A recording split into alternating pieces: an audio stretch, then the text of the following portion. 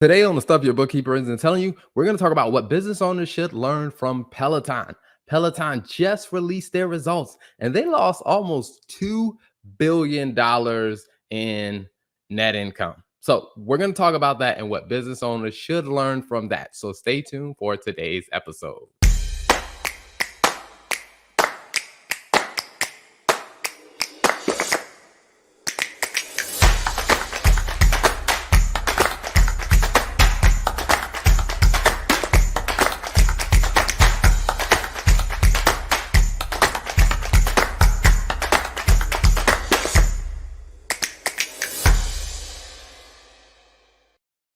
So welcome back to the Stuff Your Bookkeeper Isn't Telling You. I am Terrell Turner, and this is my amazing wife and co-host of the show, Lola Turner. Welcome back, Lola.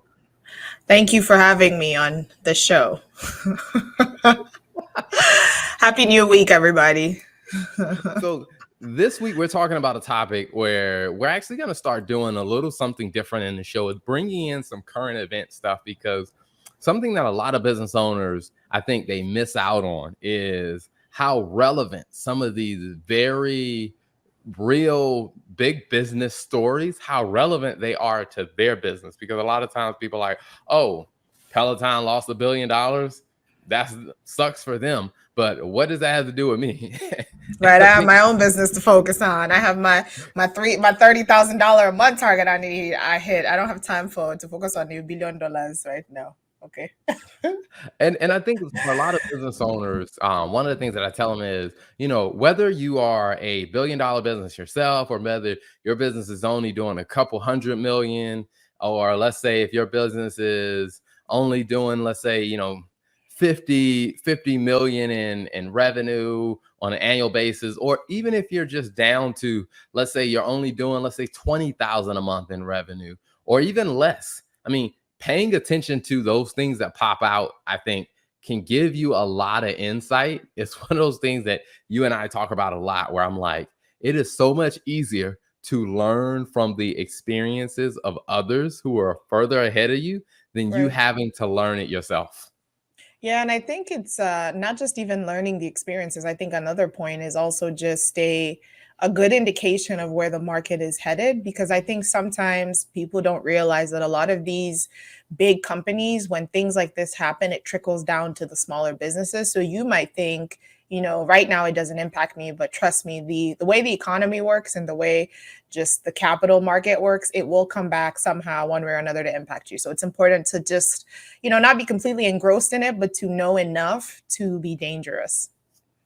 Mm-hmm. One of the things, I'm curious what your experience was, because, my experience of graduating from college, of working in public accounting, then working for some smaller organizations, and then going back to Fortune 500 companies. I feel like when I got to General Electric, I was at a high enough position to where the things that I did on an everyday basis were kind of like, man, these are all those case studies that I read about in school, or you hear talked about, to where, like, I finally felt like some of the stuff we had covered in school was finally relevant, because at those smaller companies, I was just like, I'm not seeing any of the scenarios that I studied in school. But when I got to GE, it was just like, hey, it's almost like my college curriculum was written for people to go work at big companies like GE and other Fortune 100 companies.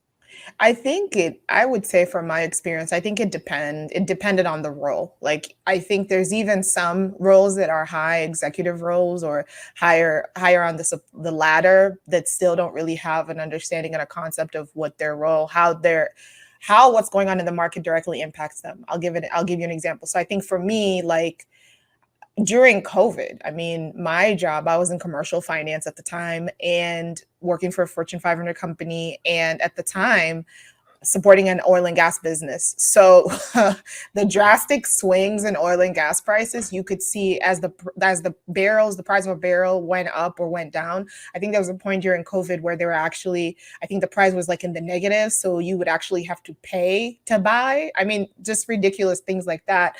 But I think it really depends on the roles, because I think the closer you are to the product, the more of an impact you feel, assuming you're really dialed in with like the sales team and some of the operational guys really understanding, because you start to see that impact on your P&L a lot quicker than someone who, for example, works in HR would, or someone who works in another operation would. But like, I think the closer you are to the operation is what I found, is the quicker you were impacted, because you're almost having to take, like, as prices were going up, you're almost having to immediately adjust prices to compensate for that. And so I think the closer you are to the operational roles, the quicker you feel the impact of that, and the quicker you have to kind of pivot to make sure you're not losing your money, or not losing as much money as these things are being done.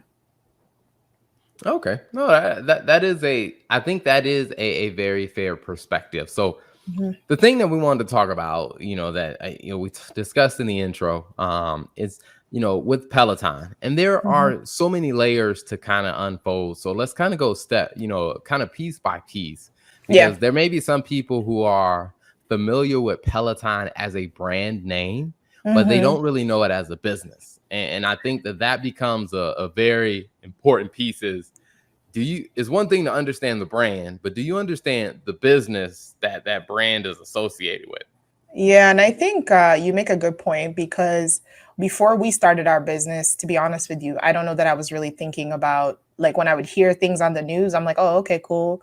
Or even and before doing commercial finance, like, I heard things and I was just like, okay, so I know Peloton, I know that they're bike company, but right now, whenever I hear anything on the news, I'm always like, oh, okay, so what does that mean? Like, how does that kind of the business, how does the business behind that work, right? And I'm always curious about that.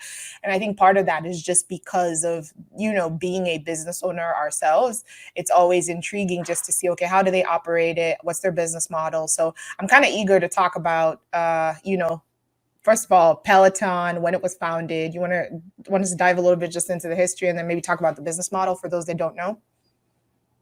Yeah, yeah, we can dive into that, because I think that's such important. So I think for Peloton, like, I don't know the technical, like, the what year was it founded? It was founded in 2012. So they haven't even been around for Okay, 10 years. Like, that to me is okay. pretty impressive. And you kind of see why when we talk about the revenue. But so they've been around for 10 years. I think the founder was actually an executive of Barnes and Noble.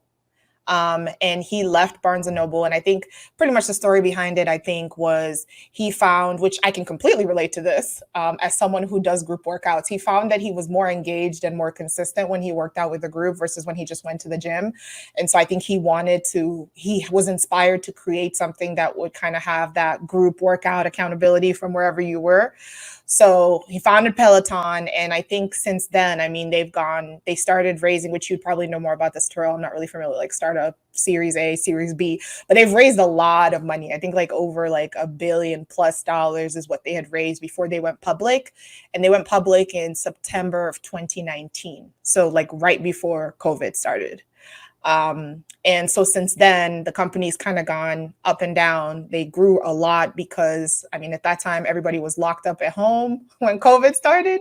So, good way to exercise. And then since then, I think they went public they went public in 2019. The pandemic happened, and then the business kind of just took off. Yeah, so I think, for those that are listening, I mean, when you talk about like the pre IPO or initial Mhm. public offering, and probably the best way to think about that is when they start trading on like a major stock exchange, meaning like the everyday person can go buy shares of the company. Prior to that, when you're a private company, the way you raise capital is by these private investors or institutions, and you go through like series A, B, C. Some I've seen is go as far as like a series F. But a lot of times what's happening in those stages is you're raising money from people who believe in where the business is going. And after you get past kind of series C, all of Mhm. those people believe that your business can go public. So they're like, hey, we're giving you money because we know that you're gonna, eventually go to trade on a stock exchange. So then they can cash out at that level. Now, I have a one quick of the things. question. Oh, go ahead. Can you maybe just explain what's the difference just between A, B, and C? Like as you progress, what did, and I know Yeah, this so I isn't mean, like a stock episode, but I'm curious. one way to think about it is like A is gonna be like A is probably your that's probably the riskier stage of the business, meaning like you don't really have a ton of like recurring revenue in place. Like Mm, those people are taking a bigger risk okay. because you're really, really early in your process. Okay. When you get to B, you have a little bit more of a business kind of established. Now you're just trying to grow to the next level. Then when you Hmm. get to like C, D, E, and F, like that's where you really have some really good traction going. You just need more capital. Like, for example, like people who are kind of like between C and F, Hmm. they're probably like trying to go international or trying to take it global. Whereas Okay. people who are A, you're really just trying to, you got a good product, you just need to get it to the market. B, you just need to expand like, nationwide. C through Hmm. F, you're trying to go global and beyond. Got it. Okay, that's helpful. That's helpful. All right. Do we want to talk about the business model? Peloton's Yeah, business so model. so I think that one becomes a very important one. And I do think this is an important piece for when you look at a business like Peloton. I think sometimes people may look at the financials and because I guess when you look at Yahoo, and I'll say, Lola, you have the image of Yahoo, like when you go to, because I would say for a lot of these publicly traded companies, you can go to Yahoo Finance and you can pull up, what's I'll going share. on Yahoo Finance, and it'll quickly show you, hey, what the financials look like for, when you look at it that way. But I do think that, a really good thing to see, because even if you zoom in a little bit on the revenue, like most people look at it and they see the revenue and they're like, oh, okay, all right, they did, in June, in 2021 they did 4 billion. In 2022, the last trailing 12 months, they did like 3.8 billion, and which Mhm. I think gives you some aspect if the company only had one product. But I Right. think the better way to look at it is to actually look at their financial statements, because in the financial statements is where they start to break it down a little bit more, because you get to see how much comes from actually selling the bikes itself and then how much comes from the subscription. Because what a lot of people don't understand about the business model of Peloton, they may think that Peloton is just a bike company, whereas Right. no, they're really kind of like a bike and like group training class company. That's where the subscriptions come in. And that becomes very important, because what you'll notice is a lot of times the profit margin on the subscription is much better than the profit margin on actually selling the physical product. Because Right. if you're just selling a product, I mean, you got to deal with things like supply chain issues, Hmm. material costs. But if you're doing a subscription model, a lot of times those cost constraints, especially if it's a subscription model that relies on technology, your profit margins are going to be much higher. So for one perspective, you can look at Peloton and say Peloton is like two separate businesses that came to form as one. One business is the selling of the product. The other business is the subscription for like the group training, or people that want to get access to all of those training, those classes, and all the metrics and stuff that come with a subscription model. Yeah, and I think another thing here that's also interesting. I just did the quick math. So, like the margin for the actual product is like 28% in 2021. So, like if you take your revenue minus what the cost of revenue was, you get a margin of about 28%.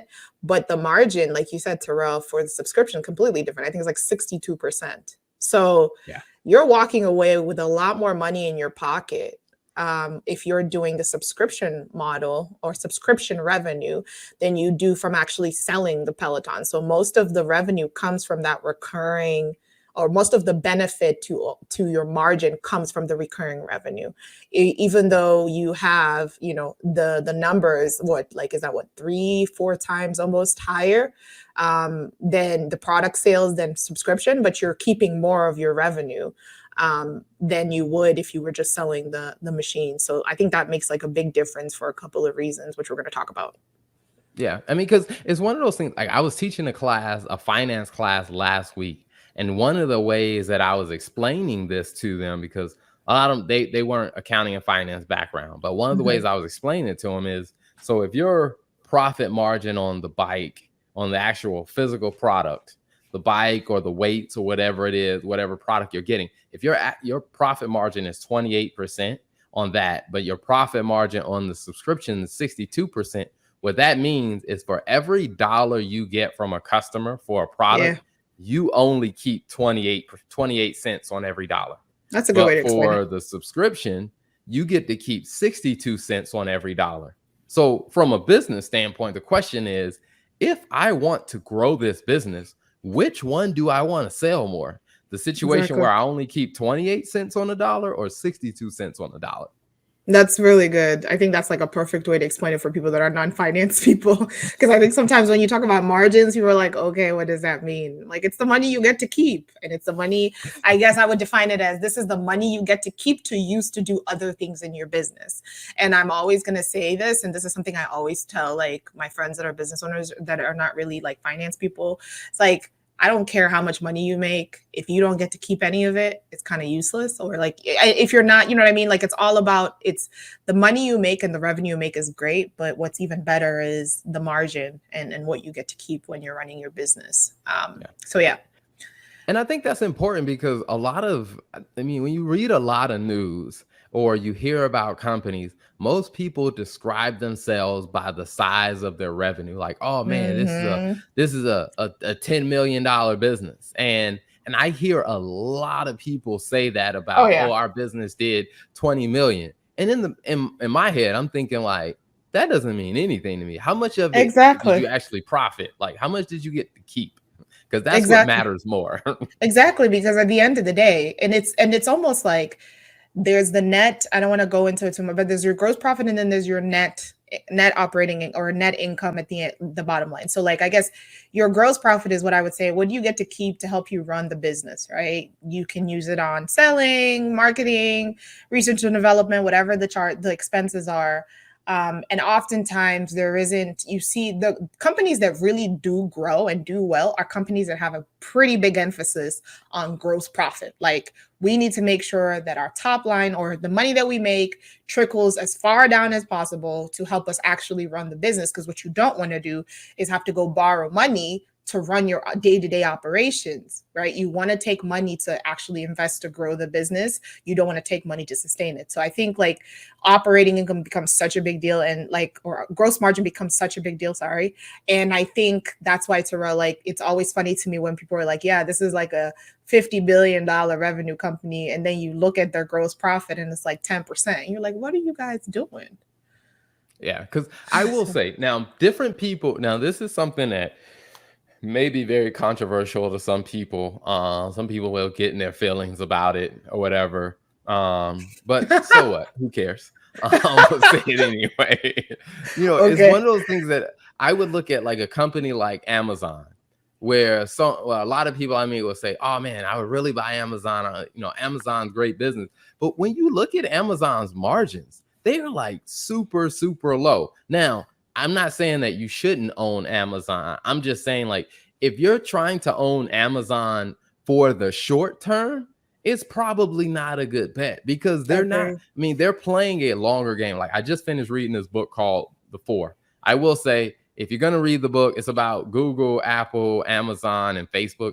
If you're going to read it, you got to prepare yourself because in some parts of the book, the author does sound like a little bit of a pessimistic hater in some of it. Like some of it he is a little bit petty. I'm just gonna be honest. Book review. um, Okay. he does provide some good insight, but I do think some of it is just like, all right, that's a little too much of your personal opinion. That's not Right. based on fact. But I do think as one of the things that he did bring up in there is that Amazon is one of those companies that's playing kind of like the long game, meaning they're willing to take a low profit now because they're trying to funnel so much business that in some cases they're intentionally trying to be the low cost provider to pretty much box out the competition and then introduce their own version of the product, which has a higher profit margin. Like one of the things he Exactly. talks about is like how they did it with batteries. Like, right now, I think in what he cited in the book, at one point, your Duracell, your Energizers used to be like the main batteries that people buy. Now, I think he cited in the book, and I haven't fact checked his number, but his number was, like 3/4 of every batteries that are sold are now Amazon batteries, meaning Mm, Amazon accepted very low margin for a long time to really see like, hey, this battery market is pretty good. Then they created their own version of the batteries. Now they get a higher profit margin because they're selling their version of the battery. So part of it is strategic with Amazon. But I think I say all that to say it's just like when you look at a business like Amazon, I think is why you see Amazon getting into more digital products a bit more because profit margins are higher because Amazon is like, from a revenue standpoint, is enormous. But then when you look at the bottom line and you say less than like 5% profit, like they're selling billions and billions of dollars, but they're keeping like 5 cents of it, or they're keeping yeah. like 2 cents of it. And I think it gives you a different perspective. Now, if you're a business that's working along strategy, I think it makes sense. But if you're a smaller business, you really do need to ask yourself that question you were asking, Lola. It's, how much of this am I actually keeping? Yeah, and I think I'm actually curious to see how Amazon has performed in terms of margin over the years. And I know I don't want to get sidetracked because we're not talking about Amazon, but I'm actually interested to see if how well that strategy has worked because I know that they're doing the same thing in the fashion industry. So they have like this Staples, I think it's called Staples by the Drop or the Drop by Staples, where they partner with Instagram fashion influencers or fashion, yeah, to launch their own lines. And as a lot of people know, like Amazon is pushing to have people order products, through Amazon, right? Eventually with the intent to basically launch their own line and be able to sell their own products. So I'm curious to see how that works, but very valid point. I think if your intent is to grow long term, then it makes sense. But for the business owner, small business owner, especially if your business is less than 5 to 10 million, like you might not have the cash flow to be able to sustain running and managing the business like until you beat out your competition. So Honestly, I mean, I think if your business is less than 250 million, if your business is less than 250 million, you may not have the cash flow to be, hey, we're going to be the low cost provider. Because yeah, also, I mean, there is a little bit more to it because from an Amazon standpoint, what Amazon says is their product is not the thing that you are buying. Their product exactly. is the convenience. The So platform, right, what they're really selling is the convenience because right. they're like, you can go on their platform to buy Energizer batteries. You can buy Mhm. Duracell, or you can buy, the Amazon version of the batteries. What their product really is the platform. And I think Right. for most business owners, is when you start looking at your business model, you have to really ask yourself, because I think is how are we really making money? Like, why are people really coming to us? And I think to what you were saying, as far as like the story on with Peloton, when the founder realized, hey, I work out better when I'm in a group or class, which Mhm. means the bike itself isn't your real product because Right. that's not really what drives people to actually, go to Peloton is because of, hey, I get the bike. Because there used to Yeah. be that Lance Armstrong bike. There used to be the other type of bikes. I mean, there's a ton of different bikes you can go and buy, but it's Yeah. just like, what is different about a Peloton?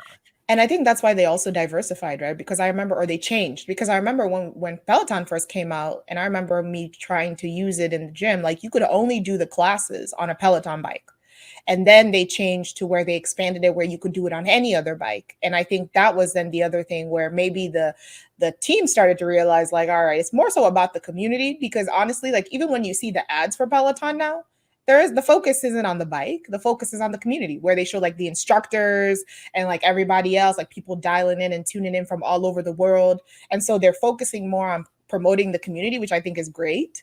And I think that's a good way to like strategize. But to your point, is like as a business owner, you need to be focused on what are people coming for, right? Don't focus on the wrong thing. Like if they're coming for the experience, then maximize the experience that they get. If they're coming for the product, then how do you deliver this product in the best possible way to the customer that is also cost effective for your business? Because I think ultimately that really will be what people remember. And I think like we're seeing it like with Peloton, where it's like there's a focus more so on the experience. And so when people do Peloton, because I remember when I did Peloton, my butt was hurting afterwards, but I really liked the class. Like sitting on that bench for 45 minutes, it was painful. However, after the experience, I was like, okay, like I really enjoyed the class, because you really feel like, you're being hyped up and stuff. And I like the group classes. And so I think they did a really good job, or that specific instructor did a really good job of making me want to come back, even though it was uncomfortable on my butt originally.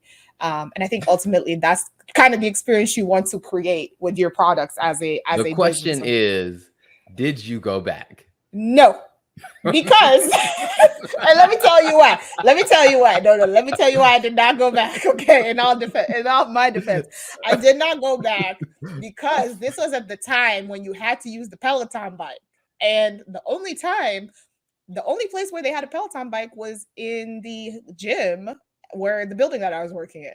And I would go into the office like 3 times a week. So I'm like, I can run at the gym, at the Planet Fitness, or I can go drive 15 minutes to go use this Peloton. So I think if I had realized, because I didn't realize until recently that they changed the strategy where you could use it on any bike, if I had realized that more, before that, I probably would have gone back.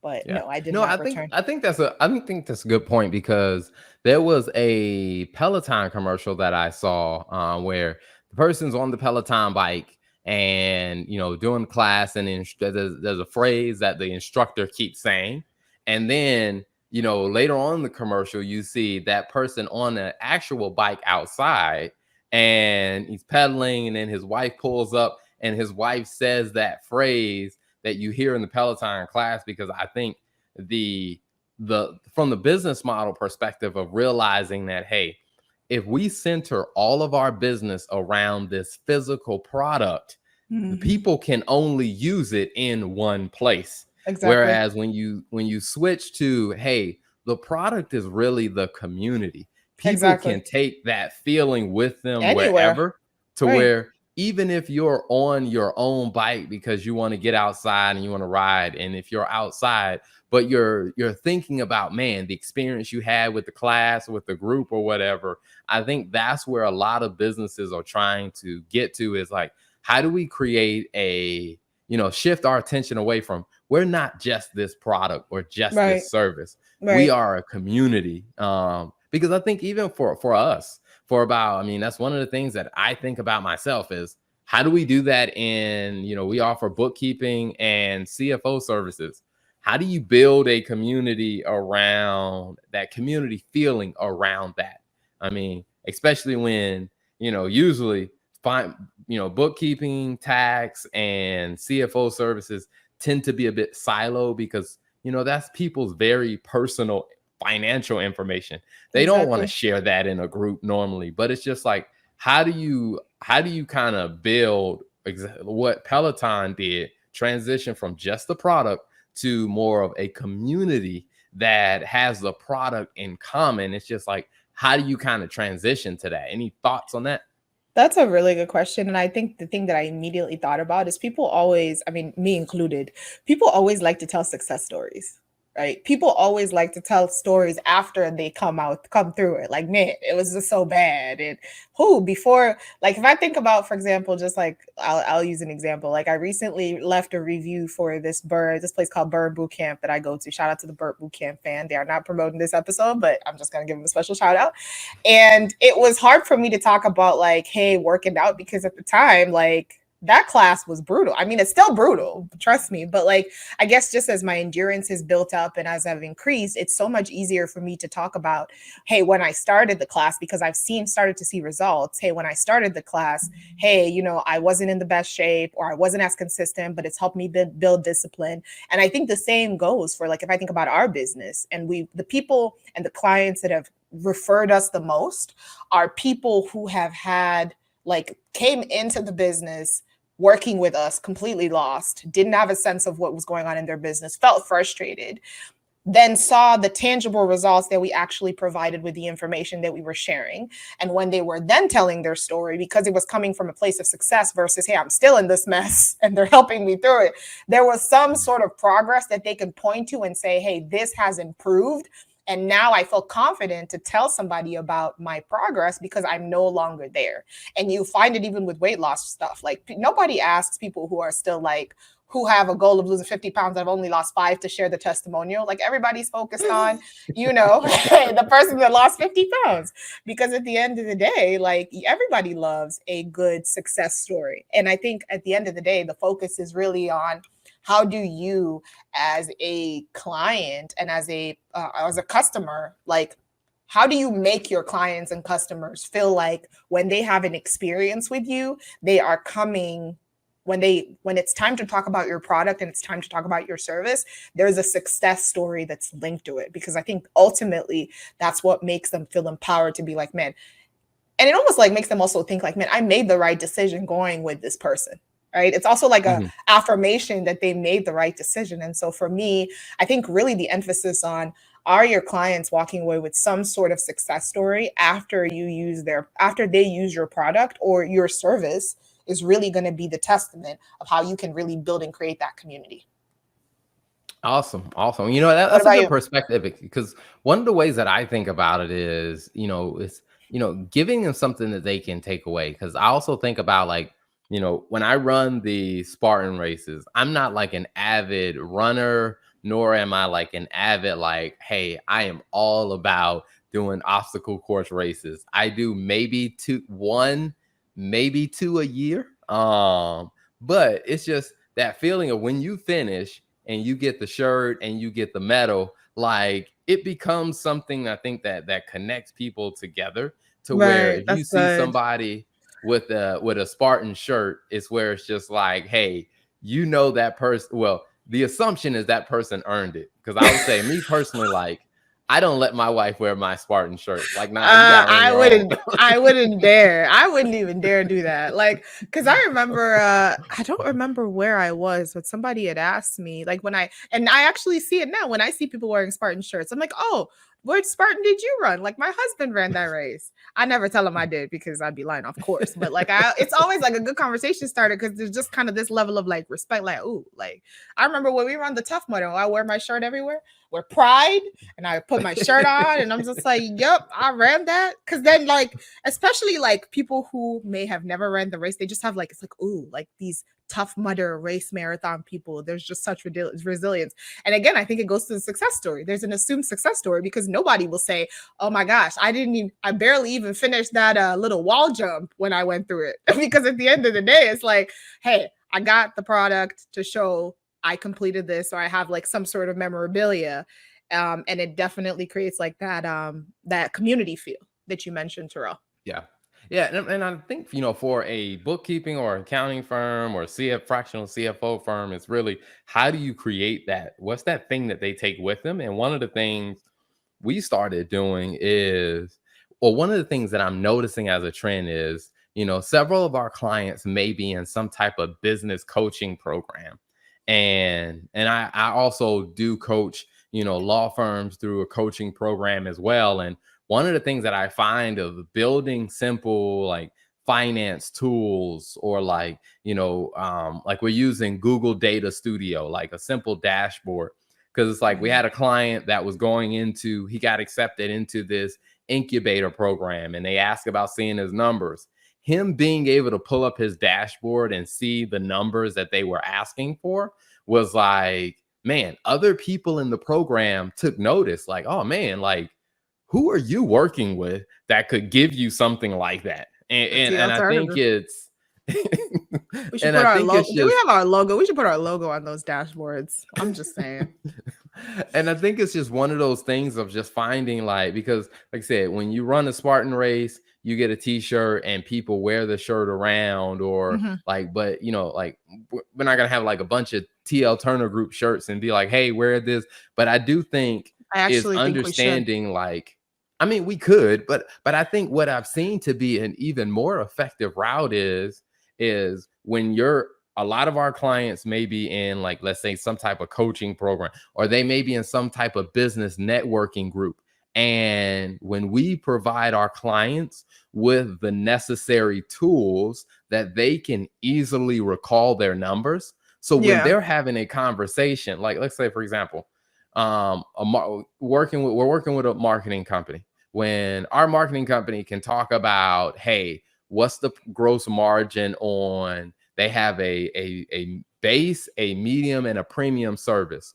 When Right. they can readily talk about, yeah, the gross margin on our premium service is this, the gross on the base is this, and the gross on me, when they can have that conversation and bring that up, I think what it almost becomes like that calling card of people see it like, well, I want to be able to talk about my business that way. That's Like, true. how can That's I be true. part of whatever it is that you're doing? How can Yeah. I be part of that so that I can talk about my numbers the same way? To where I think that's one way of kind of creating community, is turning your clients into ambassadors by giving them the tools so that they can look good talking about their, even if they're still in that process of developing and growing. Right. I Right. mean, if you give them something that they can brag about, Yeah. and or tools that help them brag or even just communicate effectively about what's going on in their business, I think it does kind of help create that community where other people are like, hey, well, I want to work with the TL Turner group too. Like,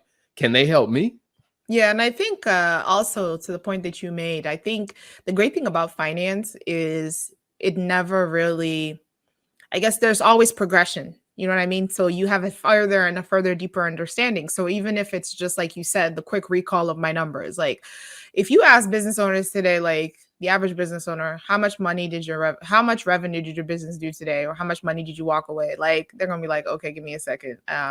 Maybe I need to go pull this QuickBooks stuff and look at this. But really, if you have a dashboard where you can quickly answer those questions, I mean, it's like night and day difference, right? So I think to you, that's a really, really good point is, are you empowering the tools, your clients with the tools they need to then make themselves and their businesses look good, which then makes you look good, which again is why I think we should definitely have a logo of the TL Turner Group on those dashboards.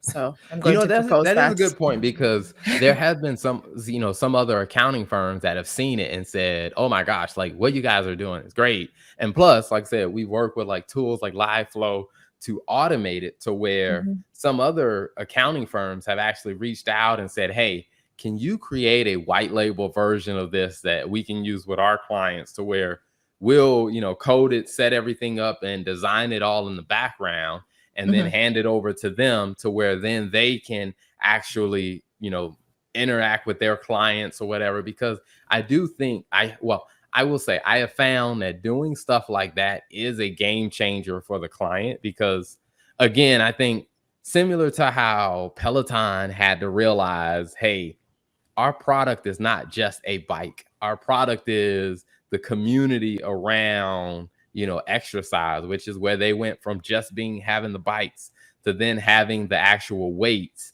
to then where there are more classes that they offer other than just the bike.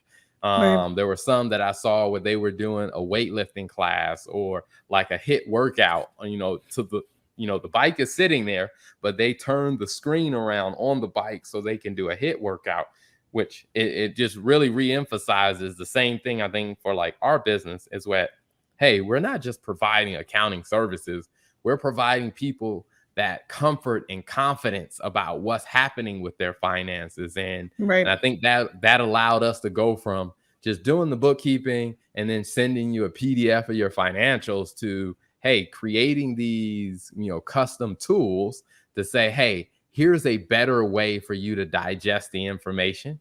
Whereas, if you don't want to pull up a PDF of your P&L, hey, here, look at this dashboard.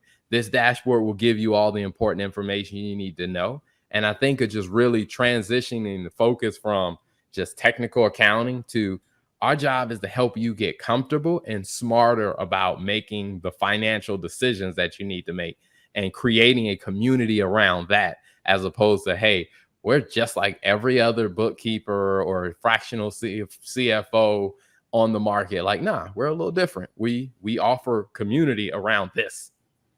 Yeah, no, that's a really good point, and I think I would say the points that you made so far have been really good. I think one of the other things that I would say from this whole Peloton experience, as Peloton has been trying to push very hard on like expanding like their subscription, because like we saw with 2021, their actual sales from bikes were what, like 4 times higher than their Yeah. revenue from like the subscription.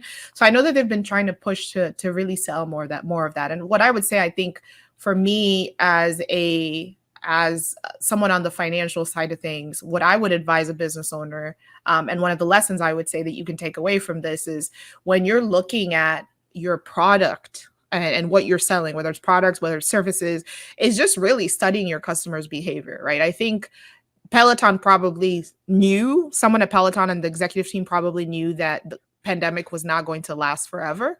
And so it was important to think about how do we diversify what we're offering. So what do you think about that first point of just, hey, making sure that you understand, hey, as your customer behavior is changing, making sure that you're adjusting your product offering to match that. Yeah, I mean, I do think that that is vital for every business, is to really understand like who is your customer Mhm. first, and then what are some of the characteristics and the patterns and the habits of those customers. I mean, it's one of those reasons why I'm a very big fan of, you don't want to do business with everybody. You Mhm. want to do business with the people that it makes the most sense to do business with. So I mean, that's not accept everybody is not your customer. Mhm. Because I think if you accept everybody, it's hard to study everybody. But when you start to Yeah. get more specific, like for example, in our case, we decided, hey, we're going to specialize in law firms. The more we focused on law firms, the more we could come up with better strategies, and we can evolve and we can come up with better ideas. Now, that doesn't mean we don't work with any other type of business. It just Right. means that we're focused. And I think when you focus, it allowed us to be able to study the unique challenges that lawyers have. And that's kind of how we came up with some of those easy to use tools. But I Mhm. think if we were trying to serve everybody and you're trying to study, hey, well, what do marketing businesses do? Or what do restaurants do? What do lawyers do? Or what does this type of business do? Like, if you were trying to study everybody at once, I think you would never actually get to the next level of realizing, like, hey, like Peloton did. Hey, when they study their customers, hey, people like working in groups and classes. Right now, people are working at home. But hey, how do we create a community so that when things open back up after the pandemic and people start going back out, like people can still feel that sense of community? Right. And I think that that's something that as a business owner, you have to understand your customers, understand what your customers are going through. And then I think you have to say, okay, how do we position our product or the next version of our product to meet the needs that our customers are about to walk into? Yeah, that's a really good point. I think that positioning your product and positioning your next product, because I think sometimes people get so caught up in um, whatever it is they think is the best product to sell to their customers. If I think about maybe some of the clients we've had where they've offered a diversity of certain products and they found that one product has been doing better than the other, I mean, at that point, that's probably a good opportunity for you to adjust your offering if you see one is performing higher than the other, or there's certain times where your customers tend to come in or buy. How do you make sure that during those peaks, like it's more available so that you don't run out? And I think that really is important. And I think that's where having a forecast is important, which basically a forecast, I would define it as a view of what you're expecting to come, right? Whether it's over the next week, over the next 2 weeks, over the next month.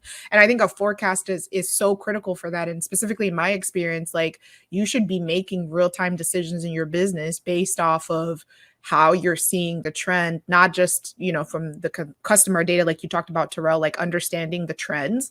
But I think also once you take the trends, like, okay, how does that impact the different planning you're doing your business, how much inventory you need, how much you need to buy, who needs to be working on what days. Like all of those are important.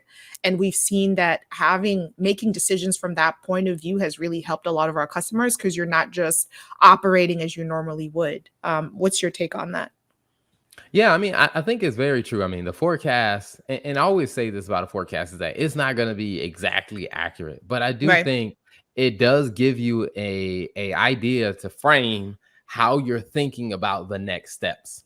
Because I Hmm. think a forecast it forces you to sit down to ask the question of, hey, what are the most relevant factors that can cause a change in our business? Like, for example, when Peloton looked at it, hey, the pandemic is a huge factor that impacted our forecast. Like, hey, people are going to be at home more. Hey, Peloton, how we do our marketing and our advertising, let's advertise it as, hey, you're at home. You still want to work out. You can't go to Right. the The gyms gym. are closed. That is Exactly.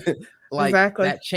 it changes how you do your advertising, because Right. one of the things that I see with a lot of, like, even I would say businesses up to about 100 million, 120 million is usually where I see them. Anything below 120 million, I see is they pick one type of marketing strategy.